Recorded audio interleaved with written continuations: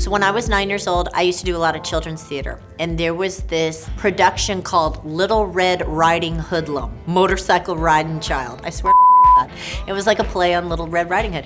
And that was my first time ever in a recording booth. I think for me, my grandmother made me feel very empowered and very strong. I think she was a strong lady.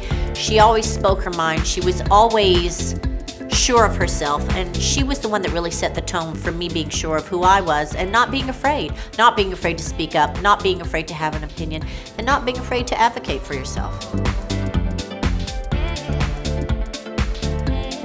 He was my customer, and I used to wait on Mr. Girardi like every day. So the first place I ever saw him was upstairs at Jason's.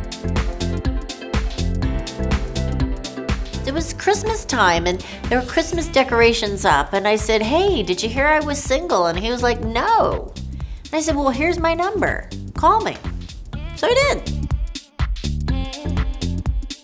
For Christmas, I got a chinchilla coat, and for Valentine's Day, I got a new Porsche. So that's pretty good, right? That sounds making me sound terrible, but yeah, that's pretty, yeah. And it just kept going.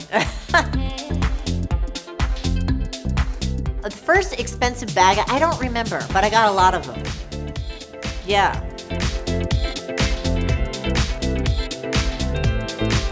Yolanda was my first friend on the show.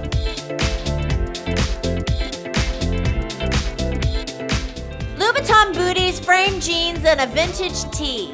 And my Rick Ross glasses, which are really vintage Alpinas with diamonds.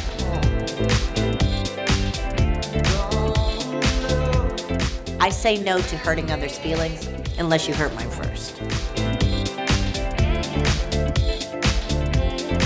I wore my Tom Ford tuxedo and all of my real Cartier jewelry. Thank you. Hi. I don't even be around with that fake shit. Not on that show.